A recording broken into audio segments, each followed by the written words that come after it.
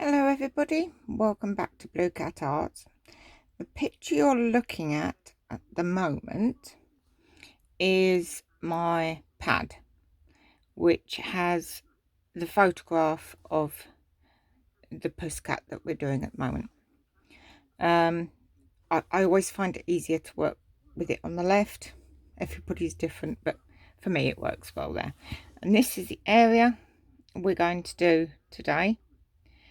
And if you can see, try and get a better pointer on my finger. We've got some lovely yellows and a hint of pink. Some nice rich cream around here. And pink again. And a nice deeper browny burgundy colour there.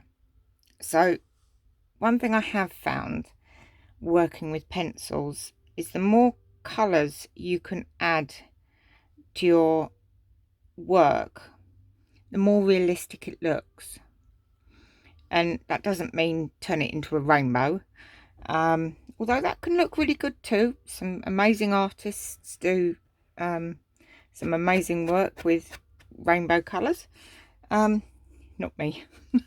Wouldn't know where to start. So we're going to work on this bit, which I've already said. I'm just going to move my camera back round and hopefully that will work. To my other side I have my my needles. I only tend to work with 2 needles. This one here is a very fine detailing needle, and my other one, and I know because I've painted different colour splodges on the ends, this is my shaping needle, so this would be a thick, more aggressive needle, but I haven't really used it in this one, to be honest. I've mainly used my fine detailing needle. I know a lot of people use lots and lots and lots of different needles. I think I'd just confuse myself and end up getting more and more confused, so I tend to just stick with the 2 that I've got. So we're going to start off with this bit here. I've already added a base layer to it, otherwise you'll be just sitting there watching me stab wool forever and a day. So I've added a base, and now I'm just going to add a bit more colour and depth to hopefully imitate the fact that it's going to look like fur. I'm currently using raw wool. It's been washed, but it is still raw. It hasn't been carded. The nice thing about that is it is so easy to tease apart, and because it's still got a bit of natural oil in it, it's so easy to use. So, and it's sort of automatically just sticks to, bear with me a second, my pad has decided to go into dark mode, which means I can't really see. There we go, much better. Technology. Yeah, so again, I'm using little bits at a time. Now I actually have a new camera stand, oops, which I've just knocked, trying to get a bit more comfortable. So bear with me. Hopefully, let's move it again. I've knocked it completely out of the way. It's very difficult trying to find the right angle to video what you're doing, and of course when you get the perfect angle you find you can't actually see what you're doing because the camera's in the way. And I'm sure there's lots of easier ways of doing it. I'm currently using my phone because I tend to do everything on my phone. I think I'd be totally lost without my phone. What did we do before phones? It's funny actually, because that reminds me, I can remember as a child we were one of the few people that actually had a house phone. There wasn't many in our road, and you'd have the neighbours knocking on the door saying, "Could I quickly use the phone?" And they'd give you 10p. And because the phone box was, well, if you ever remember phone boxes, if you're that generation that had phone boxes, you'll know phone boxes were not pleasant places. They were not nice. So everyone used to knock on our door and quickly use the phone with their 10 pence or 20 pence. So, show my age now, getting old. So, can you see we're gradually building up the layers. Now, this looks higher. I don't know if you can see that on the camera. This bit here looks higher. It's not. The difference is I've pulled it away from the foam underneath. So there's a piece of foam underneath there, and has pulled it away. This is obviously sticking to the foam, so it's going to look two different heights. But obviously I know how much I've put here, so when I pull this bit away from the foam, it will look the same height. It will look the same. Just flicking out a bit of debris. The thing with uncarded wool, you do tend to get little bits of grass or straw or hay or the odd dead bug. Which, as long as you're not frightened of dead bugs, you're alright. So, sticking a little bit in there. So, I use my needle at quite an angle, and I don't know if you can see, the needle is actually bending. I do keep turning it in my hand so it doesn't snap. Because, as you know, they're very delicate, these needles. They don't last for very long. And they do blunt after a while. So, but I do it at almost a laying down angle. I'm not sure what that would be in mathematical terms, because maths was not my strong subject at school. But I just find it easier to get a nice even tone. This is going to be behind glass, so it's not just suddenly going to fall off and fall out. But just get that bit of hay or straw out. There we go. But I don't think you need to constantly stab it in a downward motion. And if you're doing it like that all the time, you end up with lots and lots of holes. Whereas if you're doing it at a slight angle, or a good angle, you're not creating so many holes, and you can get any wispy bits that are on the top and just poke them in sideways.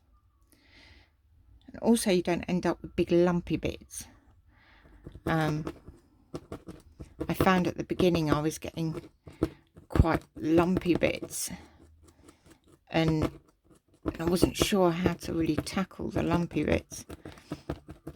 If you go back and look at the sheep that I did, or even the little grey cat, which was the very first 2D I did, they are quite lumpy. Sticking to my finger. So I suppose this is number, I can't quite remember if this is number 7 or number 8, but it's around there. And I've obviously developed a technique as I go along to fill in the blanks. Now this area here is this colour, so I need to put that bit of wool down. Now the colour I'm using for this is an off-white. It's more of a creamy white, and this is carded wool. As you can see, it's very fine and fluffy. And I find it a little harder to felt, and not because it doesn't go in easily, because it does. I find it harder to not create holes and lumps, because it's so fine, and you don't want that smooth look, if you get my meaning. I don't want it to be so smooth like the eyes. The eyes have to be quite smooth and quite hard, because then when you look at it from a distance, it gives you that glass eye effect. Whereas the fur, you want it to be smooth and not smooth, sorry, almost fluffy, but without fluffing it up. Does that make much sense? Really, does it, to be honest?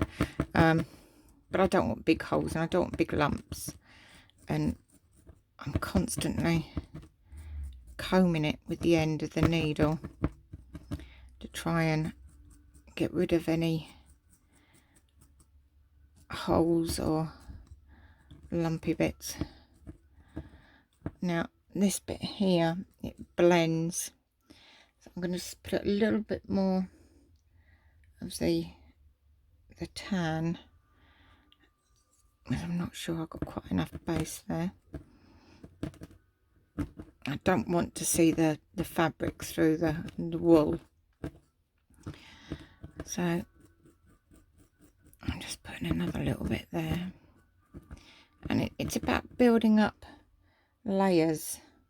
One thing I have learned is that when you're doing especially something like this that's got a pattern to it, you don't want clean edges, because clean edges make it look a bit like a jigsaw puzzle, a bit like a paint by numbers, and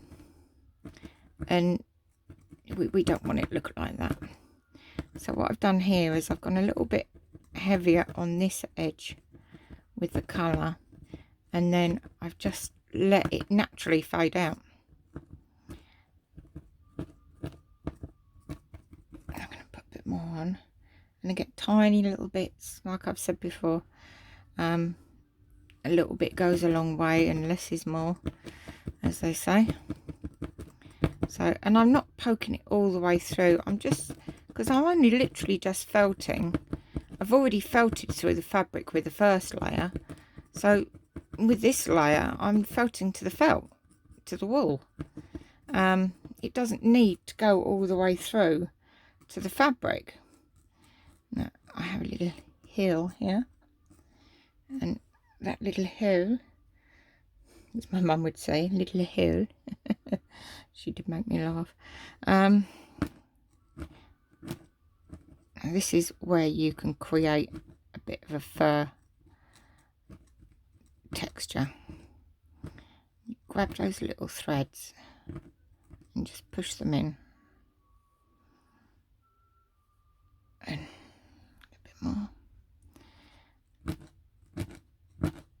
And you almost want the hairs to show up on the black, so I tend to grab a little bit and push it up. And I'll show you another little trick in a minute. I'll just add a little bit more to this corner here.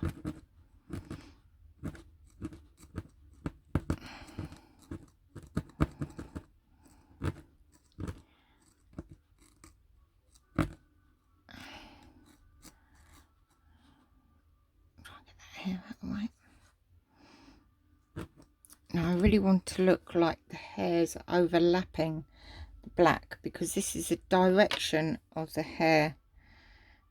It's going that way, it's going from left to right, and I want to give that look of it going to left to right. So I'm just adding another little bit, and I'll show you how I can create that look. So I've got my trusted nail scissors. I love these nail scissors. They're slightly bent, concaved, or I'm not sure concaved's the right word. They're slightly bent. So we're just going to go in and we're just going to snip just tiny little bits. We're not going to cut loads. We're just going to snip the edges. And then what we're going to do is we're just going to pull it down a little bit, and then felt it back in. Not too much on the black. We just want it to look like the hairs are overlapping. Okay. And you can keep doing that until you're happy, that even to the point where you've got little individual hairs, look, coming down. And if you have too much come down, you just poke it back up and pull it back down again. And that looks more natural than a block of colour. I think you can just about see that on the camera. It's very difficult for me because as I say, I'm using my phone and I have to turn it so that the screen, I only get a tiny little bit of screen to see. So all I can do is hope that it comes out as it should do. Right, now this bit here has got like a yellowish tinge to it. Obviously it's where the light has changed and it's hitting the area. So I've got this quite nice, vibrant, has been carded. So I literally just taken a few hairs. I only want a few hairs. And I'm just going to poke a few hairs over the top. Now this method here you can use for any part. You know, if you see that there's a little bit of colour and you just want to add a hint of colour, you don't want a big block of it, you just want a little hint, you just get a few fibres, and again do it at an angle, and just if you get a blob of it, just, that's it, just comb it out, so to speak. I always end up with the odd stray hair falling somewhere. And if you can tell on the camera, it's very slightly changing the colour hue. We're just changing the shade to give it a little bit more of a yellow hint to it. And if you look really closely at whatever you're looking at, even down to your kitchen taps, and if you look and look and look at the same item, you'll suddenly start picking out lots and lots of different colours. And it may be that the item is just a glass and it's picking up colour, or even a black tile, but you'll see reds and purples and blues and greens and all sorts of colours. So all of those colours have added depth to the subject. They've added reality to it. And if your ultimate goal is to create something more photorealistic, then adding all those colours that the photograph picks up transform your work and make it look more realistic. Now this area here in my photos also got a little bit of pink. So again, it's more of a coral pink. It's not an overly bright pink, though I could have probably gone for a brighter one. I might have to. I'm not sure if this will be enough for me. Let's see, I've put too much on. And you know when you've got too much, because it just starts felting in a straight line and becomes, that's it, I don't have enough. I don't think that's enough pink. So rather than get up, because it's all behind me, I have this beautiful vibrant red here. I've literally got about 4 hairs in my hand, and I'm just going to add that to the area, which might seem a bit dramatic, but trust me, we'll add this. Pick up the hairs from,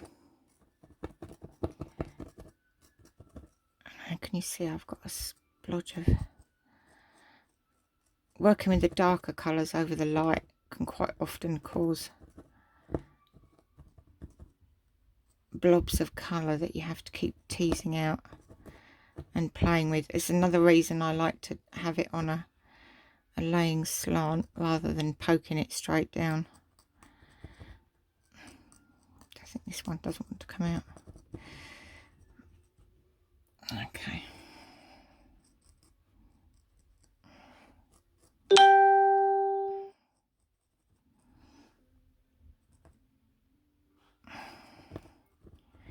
Just keep playing with it, keep teasing it.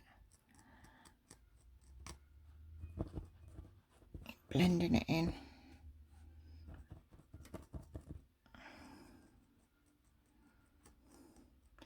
No, this piece of, that's it. I think that's got it.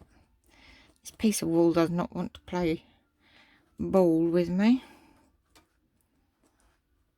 And that's just given the pink glow, or the reddish glow. But I'm just going to add literally 2 or 3 hairs of the pink that I had just now, the coral pink, over the top, just to dull it down just a tiny bit.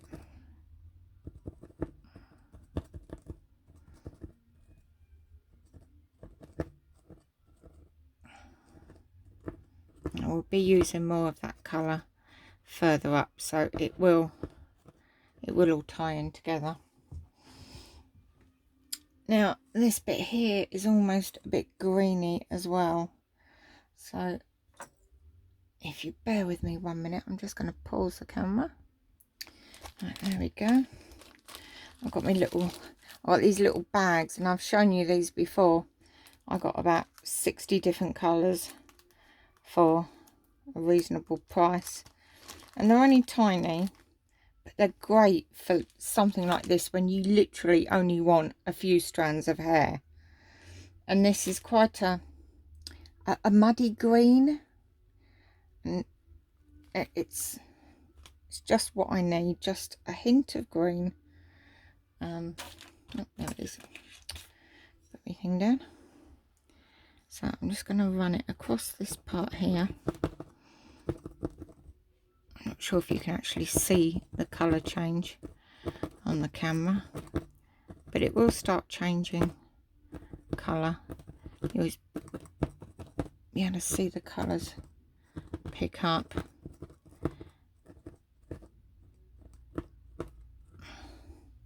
I've got to go down here with it, almost down to this corner of that, which I need to add some more white in there, I've just seen. So again, I'm just taking a few more green hairs.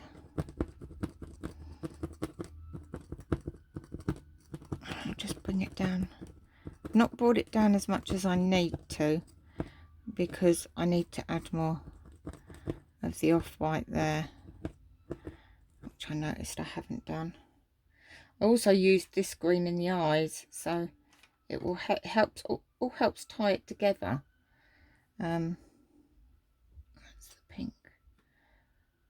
I'm working with it in my art room with a daylight lamp, so the colours don't look as real. They look what's the word?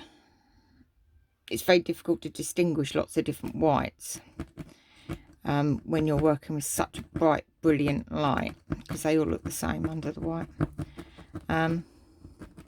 which can sometimes be a bit awkward. But this time of year, with the lack of natural light, the daylight lamp is the best light you can work under, because it's a brilliant white light,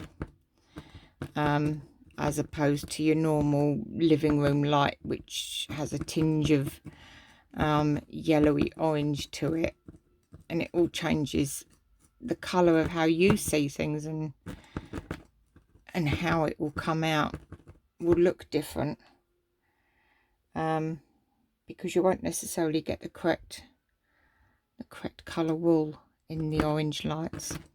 And also the orange lights are terrible for photographing anything, which you probably know yourselves if you've just turned your living room light on, or wherever you are in the house, and tried to take a photograph, it comes out very orangey and dark, which isn't really what you want. So I've got this bit of white that comes up here. Now I need to blend these two bits together, the same as I've blended here. So I'm just going to get a few more fibres,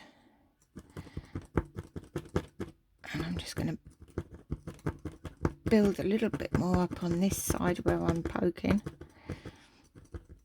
so it's almost the same, and then gradually blend it out. Now I was also picked up a couple of dark hairs there, which I need to try and tease out the way. And there we go.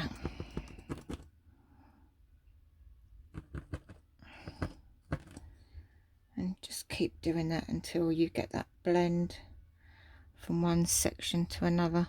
Otherwise it really does start looking very puzzlish, and especially when you've got a subject like this, which is full of lots of different patches of colour. You don't want it to look like a puzzle. You want it to look as natural as you can possibly get it to look. So, and I don't want too much white here, just a hint of it, but I need to blend it with this side. And again, the less you have in your hand, the less amount of fibres you work with, the easier it is to work. Because if I suddenly go in with a big chunk of wool now, it's going to make it really difficult to blend it with the other, and then you end up with lumps and bumps, and it just doesn't look right. So, and you can just stroke it gently like you're combing hair, and that gets rid of all the holes and helps just soften the edges as well. You want nice soft edges. You want them to look like it is a real piece of fur that's about to... And you can just pick up a couple of fibres like this, just tweaking it, and just dragging them over. Again, I get my little scissors and just snip the edges.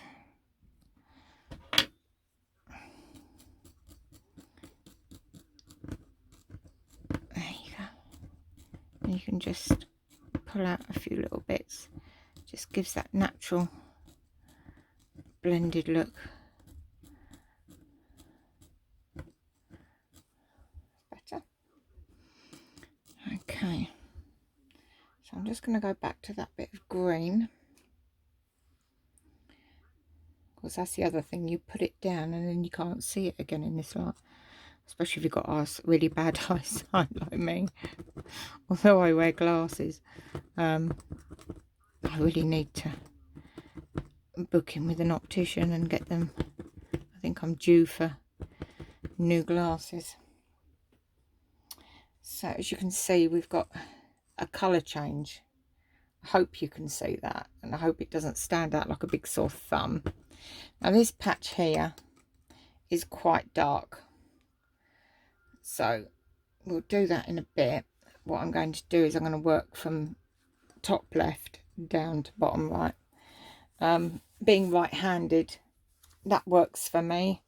If you're left-handed, then obviously you want to work the other way around, because then you're not constantly rubbing the work with your hand and your arms and everything. So I've just noticed you get the odd... I get cat hairs and dog hairs all over the edges. I have 2 dogs, 4 cats, and they're permanently leaving me reminders that they're there. Love them to pieces. I'm constantly picking off the hairs. Right, so we're going to start with this bit here. This bit here is the same sort of colour as this, with a hint of yellow and green, but we'll fill in the base first. I've done a little bit of the edge, but we need to do a bit more of that, so we'll do that edge first. Nice big lump of black wool there. Oh, just dropped a bit. Oh, there we go, third time lucky. And again, this black wool has been carded, but it is quite a rough, what I'd call a rough wool. It's not quite smooth and silky, it's quite rough, which is nice because it's easier to work with. Now, as you can see my white outline. So the outline has been made fractionally smaller than what the felt will end up like, so I can go over the white and the white won't be shown in the finished portrait. These lines are just a guide to show me where I need to go.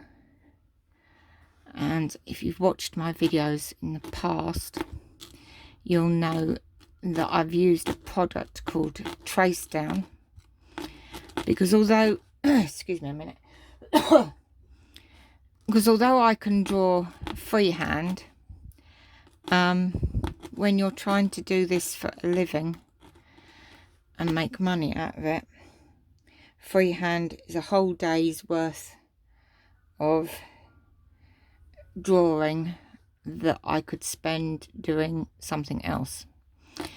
Whereas if I use the product Trace Down, which is a bit like carbon paper, it takes me 10 minutes, 20 minutes.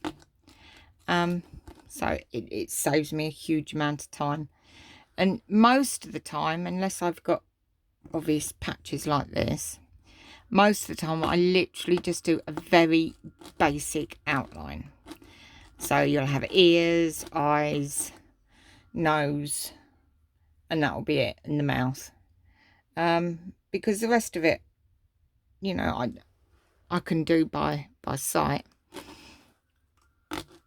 But I like to be able to do those bits using the Trace Down or other similar things, because then I know I've got the dimensions absolutely spot on.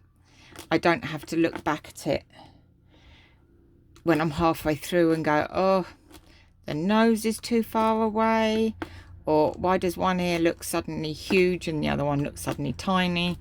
Why is my ear totally in the wrong place in relation to the eye? So it will save you time, and it will help you see things in a different light. So as you do more and more, you're training your brain to look at things in the correct context. So where the eyes are to where the ears are. So when you do get out the sketch pad and have a go at just doing a bit of freehand, it will be suddenly so much easier, and you won't realise that you've conditioned your mind and your eyes into seeing things in the right places. So, right, so we've got our little bit of black fur that goes around the edge. I'm just going to put a tiny little bit up there because, oh, too much. There we go.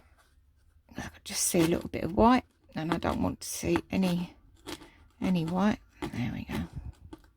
Now, obviously, if I was doing this on white fabric or on a lighter colour fabric, I would swap the white gel pen for a grey or a brown felt tip.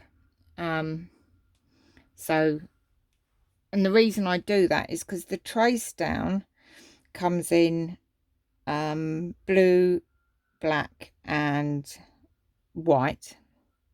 This is the white, and it rubs off really easily. So once you've traced around your photocopy or your picture, you can then rub it off just with your hand, So, and obviously that wouldn't work very well, because by the time you got to this side of the drawing, you literally have nothing to go by. So I go over the trace down with a felt tip or a white gel pen, which then doesn't rub off. So it makes life so much easier to work. Oh. So I'm just going around the edge. Now at the moment, these Pussycat's got lovely fluffy ears. This one doesn't have as much fluff in as the other one. And ears are big channels, really, big holes which are surrounded by the skin, and we want to create that depth. So this is our first step to creating the depth. We're going to add the base colour, which is what this is, and there's probably a good few centimetres, probably need to go a little bit deeper. When you're doing the base colour, you can add a bit more to your work, so you can do a little bit bigger at a time, and obviously you can use a bigger needle. I'm only using the fine needle as well, remember, at the moment, just because I find it works better for me personally. But if I wanted to get the colour down really quickly, I'll change over to the other one. It's got the little black tip. So this is my thicker one,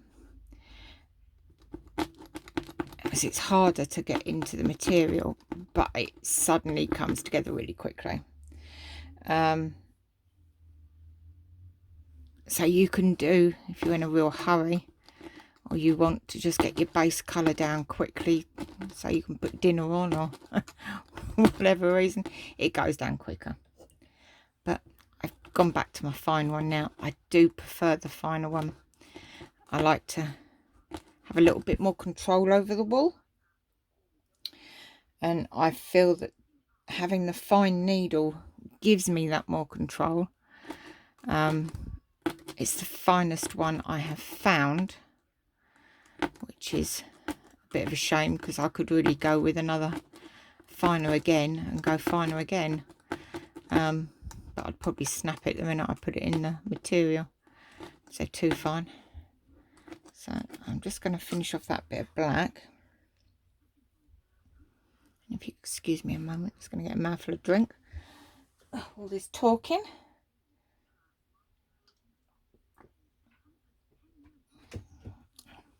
It's me a very dry mouth, so I'll just tease that out. And it doesn't have to be perfect, because nothing in nature is perfect. We all have little kinks and wiggles to things, so you don't have to have that perfect semicircle. If you've got a bit of fur sticking out, well, so does the cat probably. Not every strand of fur is the same length. I mean, Mother Nature's brilliant, but you know, that would be outstanding, wouldn't it, really, if she could do that? And it would look a bit odd as well. It would probably look like your hair did as you were young and your mum put the bowl on your head. Been there. Went to school like that. Very embarrassing. But I am not a spring chicken, so I do have these memories that some of you younger people will not have, and will have only seen on the TV. So let's just finish that. Now actually this little bit here is a bit more brown, or with a hint of red, so I'm going to take that a few red hairs, and this looks quite red at the moment, but you will see you can go in quite rich. I'm just waving it around picking up the hairs. You can go in quite rich and then dull it back down again. You don't have to go, oh my god, it's the wrong colour, I've gone far too bright and it now looks day glow, and don't want it that bright. I'm just going to cut off the excess hair, so I'm just going to lift it around because I don't want quite so much sticking out. So, and it's already brown. Now that just looks red, as we can see. And I have my nice bit of brown, and again I'm taking a few hairs from that, and I'm going to